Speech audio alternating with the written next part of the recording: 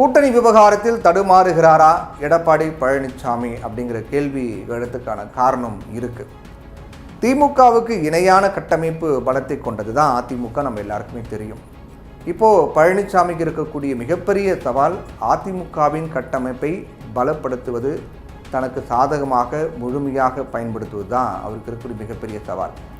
இன்னொன்று, சரியான கூட்டணியை அமைப்பது அப்படிங்கிறதும் பெரிய சவாலாக இருக்குது. எம்ஜிஆர், ஜெயலலிதா போன்ற அரசியல் ஆளுமையாக பழனிசாமி இன்னும் முழுமை பெறாத ஒரு நிலை தான் இருக்குது. மீதம் இருக்கக்கூடிய விஷயங்களில் முழு கவனம் செலுத்தி வெற்றி கோட்டையை பிடிக்க வேண்டிய கட்டாயம் பழனிசாமிக்கு இருக்குது. கூட்டணி தான் தற்போது அதிமுகவுக்கு சவாலான விஷயமாக மாறி இருக்கின்றது. தாவேக அதிமுக கூட்டணிக்கு வரும் அப்படிங்கிற துணியில் அதிமுகவினர் மட்டும் இல்லாமல் எடப்பாடி பழனிசாமியை பேசிட்டு வந்தார். ஆனால் இப்போது அதுக்கும் முற்றுப்புள்ளி வைக்கப்பட்டிருக்கிறது. தாவேக அதிமுகவோட கூட்டணி போகாது, தாவேக தலைமையில் தான் கூட்டணி அப்படின்னு அவங்க திரும்பவும் சொல்லிட்டாங்க. இது அதிமுகவின் கூட்டணி கணக்கிற்கு விழுந்த மிகப்பெரிய அடியாக பார்க்கப்படுகிறது.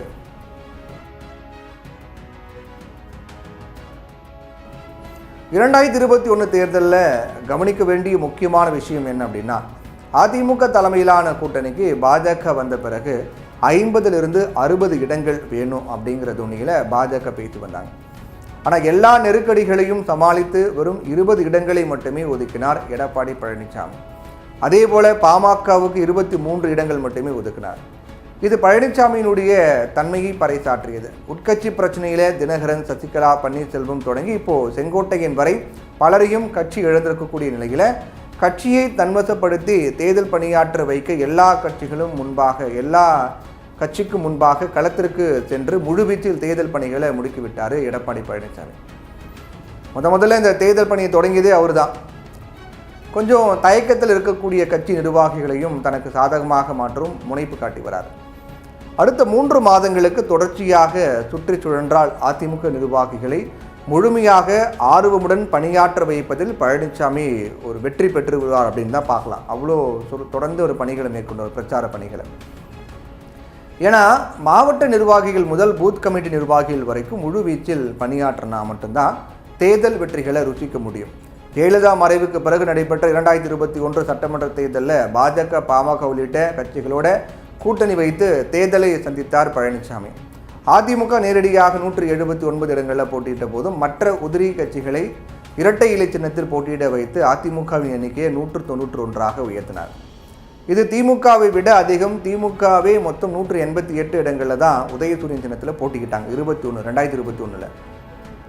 இப்போ 2021 சட்டமன்ற தேர்தலுக்கு பிறகு பாஜகவுடனான கூட்டணி முறிந்தது. அடுத்து வந்த 2024 நாடாளுமன்ற தேர்தலில் பிரதானமாக தேமுதிகவுடன் மட்டுமே கூட்டணி வைத்து போட்டியிட்டது அதிமுக.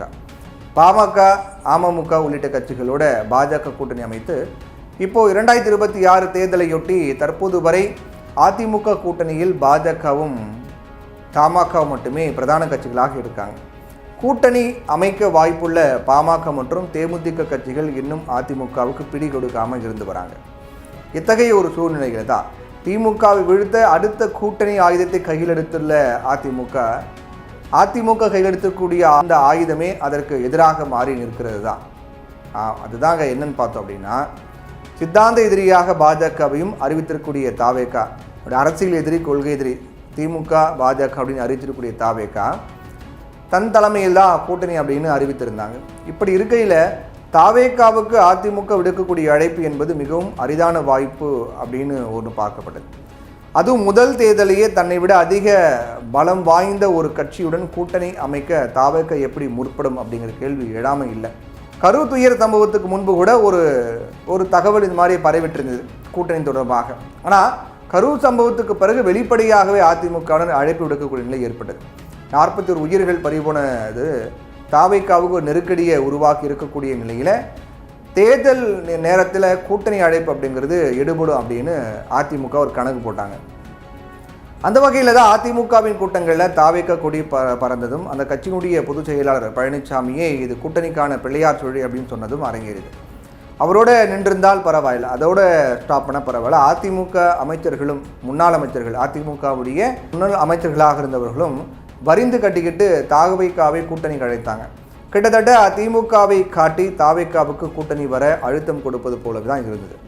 கடந்த சில வாரங்களாகவே அதிமுக உருவாக்கி வந்த கருத்துக்களை ஒரே வார்த்தையில் உடைத்து விட்டது தாவேகா. ஒரு மாதத்திற்கு முன்னாடி தாவேகா என்ன நிலைப்பாட்டு இருந்தாங்களோ அது அப்படிதான் இப்போ இருக்கும் அப்படின்னு அழுத்தம் திருத்தமாக சொல்லியிருக்கார் நிர்மல்குமார். இது அதிமுகவுக்கு பின்னடைவாக தான் பார்க்கப்படும். அதிமுகவுடைய எதிர்பார்ப்பு தோல்வி. அதோட அதிமுக நிர்வாகிகள் மத்தியில் ஒருவித சோர்வை கூட இது ஏற்படுத்தும். கூட்டணி கணக்கில் அதிமுக தற்போது கோட்டை விட்டிருக்கிறதாக தான் தெரியுது. ஏன்னா இந்த விவகாரத்தில் அதிமுகவின் அணுகுமுறை விமர்சனத்திற்கு உள்ளாகி இருக்கிறது. தமிழகத்தை பொறுத்த வரைக்கும் திமுகவுக்கு இணையாக பலவாய்ந்த கட்சியாக அதிமுக இருக்காங்க இல்லையா. ஆனால் தாவேகாவோட கூட்டணிக்காக ரொம்ப இறங்கி வந்தது சரியான அணுகுமுறை கிடையாது அப்படின்னும் ஒரு கருத்து இருக்கு. சாத்தியக்கூறு மிகவும் குறைவாக இருக்கக்கூடிய தாவேகாவை விட்டுட்டு ஏற்கனவே கூட்டணியில் இருந்த பாமக மற்றும் தேமுதிகவை கூட்டணியில் இடம்பெற செய்ய முழு வீச்சில் தயாராகி இருக்கலாம். ஆனால் அது எடப்பாடி பழனிசாமி பண்ணலை. திமுகவை இந்த மாதிரி தயார் பண்ணி திமுகவை எதிர்த்தால் நிச்சயமாக அதிமுகவுக்கு பலன் கிடைக்கும். ஏன்னா அதிமுகவுக்கு கீழே தாவேகா வருவதற்கு தயங்குவாங்க. அதோட பாஜக வெளியேறாமல் நிச்சயம் அந்த கூட்டணியில் தாவேகா இடம்பெறாது. இப்படி பல விஷயங்கள் அதில் இருக்குது. அதிமுக வெற்றி பெற தாவேகா உழைப்பதற்கு வாய்ப்பு கிடையாது. தங்கள் கட்சி பெரிய அளவுக்கு வரும், தங்களுடைய கட்சி தலைவர் தான் முதலமைச்சராக வருவார் அப்படிங்கிற கனவுல தான் தாவேகா இருக்காங்க. ஆனால் தாவேகா வராமல் போவது நேரடியாக இல்லை என்றாலும் மறைமுகமாக அதிமுகவுக்கு சிக்கலை உண்டாக்கும். தாவேகா தங்கள் கூட்டணியில் இடம்பெற வேண்டும் அப்படிங்கிறத தாண்டியும் திமுக எதிர்ப்பு வாக்குகள் பெரிய அளவில் சிதைந்துவிடக்கூடாது அப்படிங்கிறதுல அதிமுக கவனமாக இருப்பது சரிதான். ஆனால் எல்லாவற்றையும் தாண்டி அதிமுக தன் மீது அதிக நம்பிக்கை வைக்கணும். 2021 தேர்தலில் அதிமுக எவ்வளவு கெத்தாக இருந்தாலும் அதே பாணியில் நடந்துக்கிட்டால் மட்டும்தான் அதிமுக வலிமையாக ஒரு கட்சி அப்படிங்கிற மாதிரி பேசப்படும். ஆளும் கட்சியாக இருக்கக்கூடிய திமுக வீழ்த்துவது தற்போது மிகவும் சவாலான ஒரு விஷயமாக தான் இருக்குது. போன முறை 66 இடங்களை பிடித்திருந்த நிலையில் 80-90 இடங்களை பிடித்து இடங்களை தனித்து பிடித்துட்டாலே பழனிசாமிக்கு கிடைத்த வெற்றியாக பார்க்கப்படும்.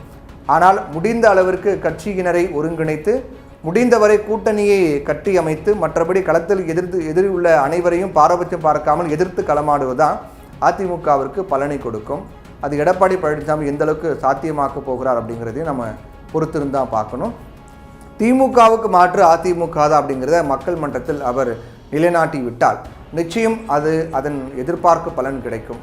ஆனால் என்ன நடக்க போகுதுங்கிறது பொறுத்திருந்து பார்க்கலாம்.